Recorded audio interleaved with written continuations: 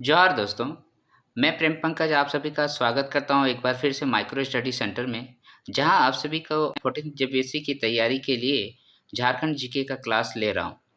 आप सभी मेरे चैनल के साथ जुड़ सकते हैं दोस्तों।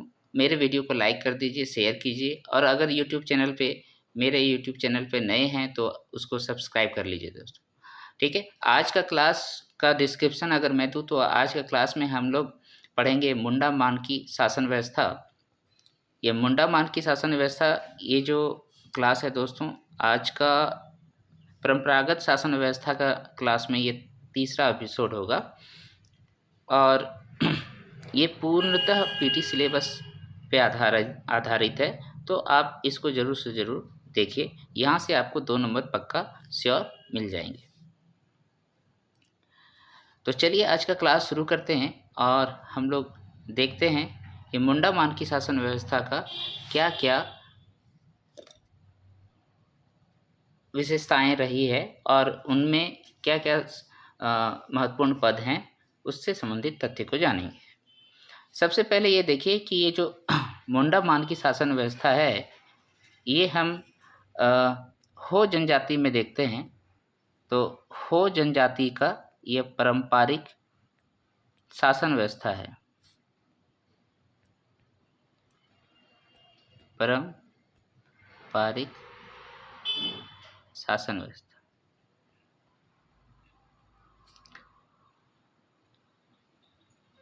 और ये हो जनजाति कहाँ पर रहते हैं, तो मैं बता दूं, ये कोल्हान प्रमंडल में रहते हैं। मतलब इनका निवास स्थान जो है पहले शुरू से ही कोल्हान प्रमंडल था। अभी तो आपको बहुत सारे जिलों में मिल जाएगा, लेकिन कोल्हान प्रमंडल में कौन कौन से ज़िले आते हैं?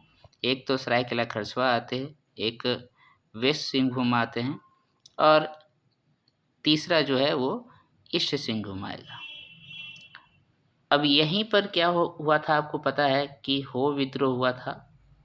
हो विद्रोह और कोल विद्रोह। ठीक है, तो ये हो विद्रोह और कोल विद्रोह का ही परिणाम था कि 1832-33 के आसपास जो है, उसके बाद भी जो भी विद्रोह हुआ था, उससे अंग्रेज अधिकारी एक थे थॉमस विल्किंसन, आपको पता है थॉमस विल्किंसन। इन्होंने क्या किया था, इस शासन व्यवस्था को मान्यता दिया था। तो इस आधार पर देखा जाए तो इसमें एक महत्वपूर्ण पॉइंट जो है यहाँ पर मैं बता रहा हूँ, ये मोस्ट इम्पॉर्टेंट पॉइंट है। इसको कहा जाता है भारत की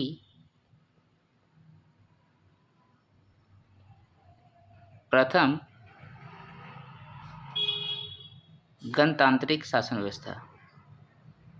ठीक है, वैसे तो पहले भी मुंडा शासन व्यवस्था में मैंने बताया था, लेकिन इसको मान्यता प्राप्त है प्रथम गणतांत्रिक शासन व्यवस्था से, क्योंकि देखा जाए तो मॉडर्न युग में इसको मान्यता मिला था।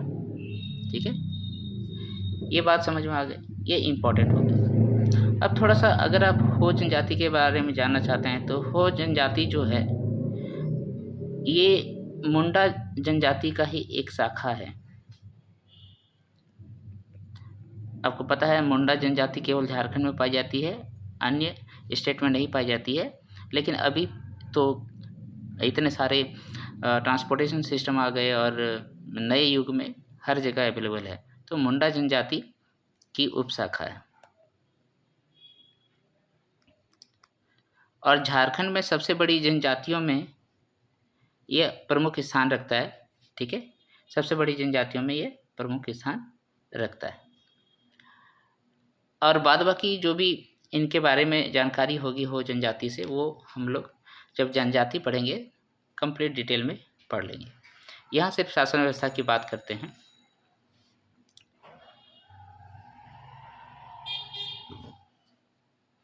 यहाँ पर हम लोग देख रहे हैं, एक में मुंडा है और दूसरे में लिखा हुआ मानकी।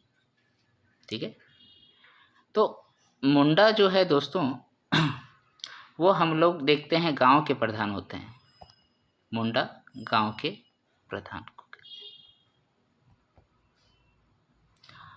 और ये मुंडा शासन व्यवस्था में भी, मुंडा जनजाति में भी गांव के प्रधान को मुंडा कहते थे। मानकी क्या होता है, आप पढ़ा कहें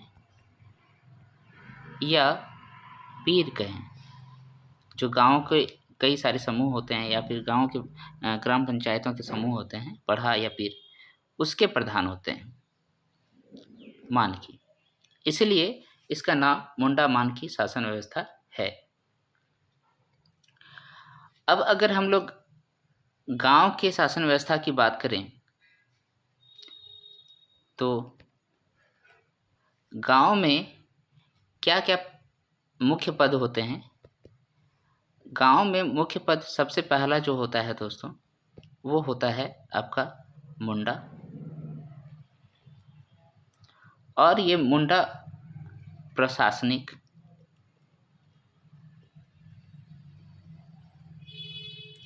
न्यायिक,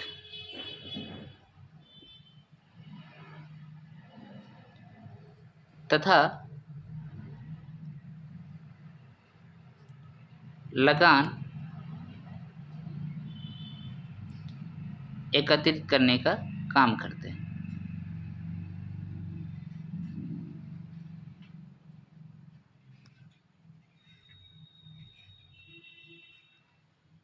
ठीक है, यानी कि जो भी विवाद वगैरह होगा उसके रिस्पेक्ट में वो न्याय करेगा और गांव में जिस तरीके से प्रशासन चलनी चाहिए उसकी संपूर्ण व्यवस्था जो है मुंडा देखेंगे।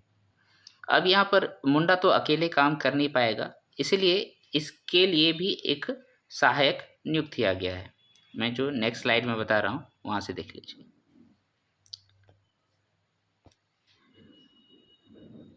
मुंडा का जो सहायक होता है वो, उसको यहाँ पर कहते हैं डाकुआ।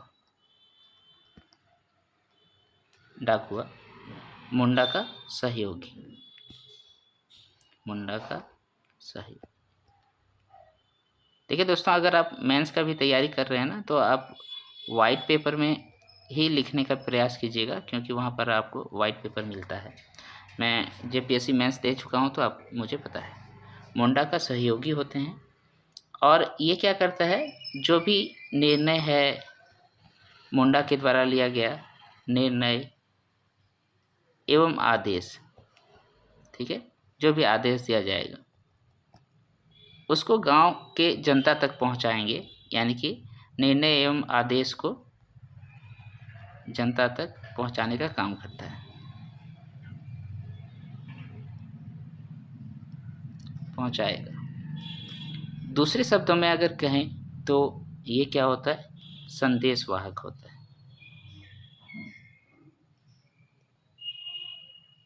क्लियर है, इसको हम लोग संदेशवाहक कहेंगे। ये हो गया। तो प्रशासनिक, न्यायिक और आर्थिक स्थिति को कौन देख रहे हैं ये आपको पता चल गया। एक तरफ मुंडा होगा और उसका सहयोगी डाकुआ होगा। अब गांव में बिना पूजा पाठ के तो रह नहीं सकते हम लोग, तो यहाँ पर धार्मिक प्रधान का भी प्रबंधन किया गया है। तो ये जो धार्मिक अधिकारी जो होता है यहाँ पर प्रधान,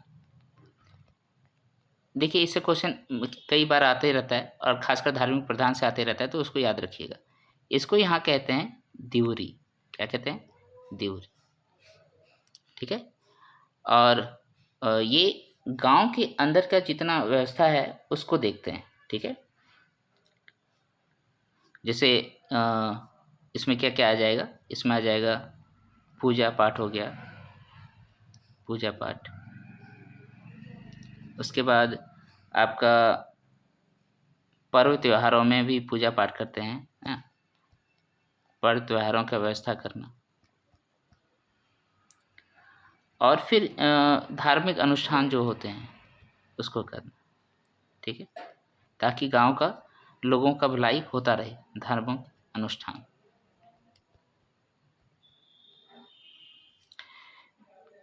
यहाँ पर भी दिउरी का एक सहायक को दिया गया है और इसको हम लोग क्या कहते हैं, यात्रा दिउरी कहते हैं।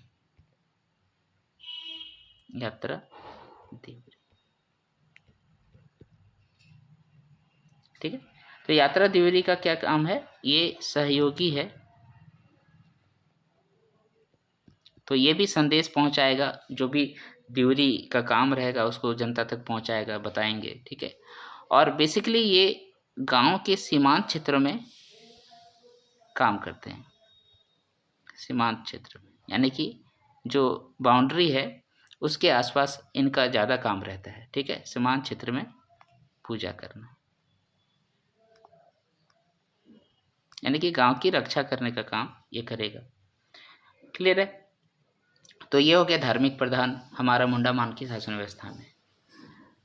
गांव के बाद यहाँ पर जो उच्च अधिकारी रखा गया है वो पीर में रखा गया है, या फिर उसको पढ़ा भी हम लोग कहते हैं, उसमें रखा गया है। तो उसके बारे में जानकारी ले लेते हैं।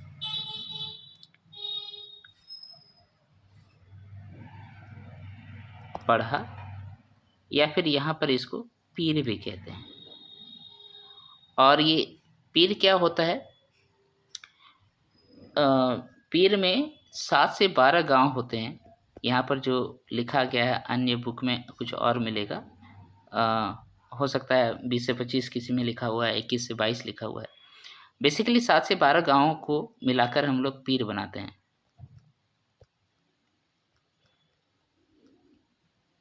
ठीक है। पीर।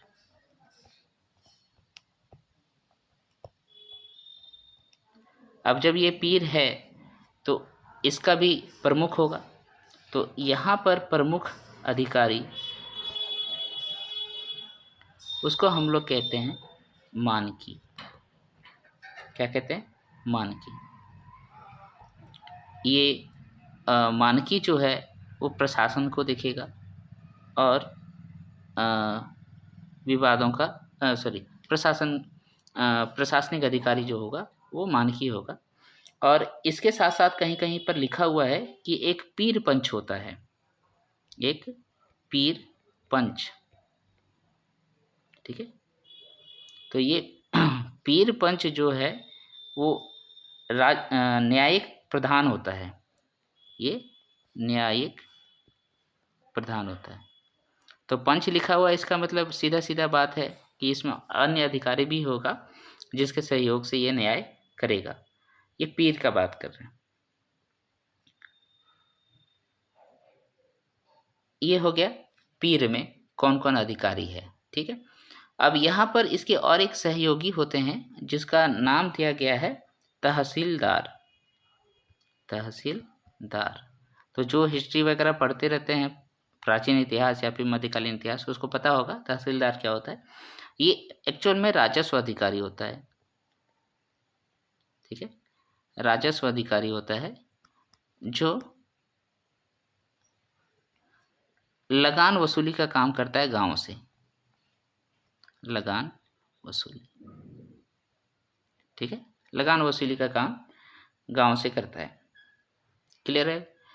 और इसमें एक पद और दिया गया है, उसको भी हम लोग जान लेते हैं क्या है वो। इसको हम लोग कहते हैं, देखिए क्या होता है कि मान लीजिए कि कई ऐसे विवाद आए जिनका जो मुंडा है या फिर जो मानकी है वो विवादों को निपटा नहीं पा रहे हैं, तो क्या करते हैं, एक सलाहकार समिति बनाया जाता है। सलाहकार समिति।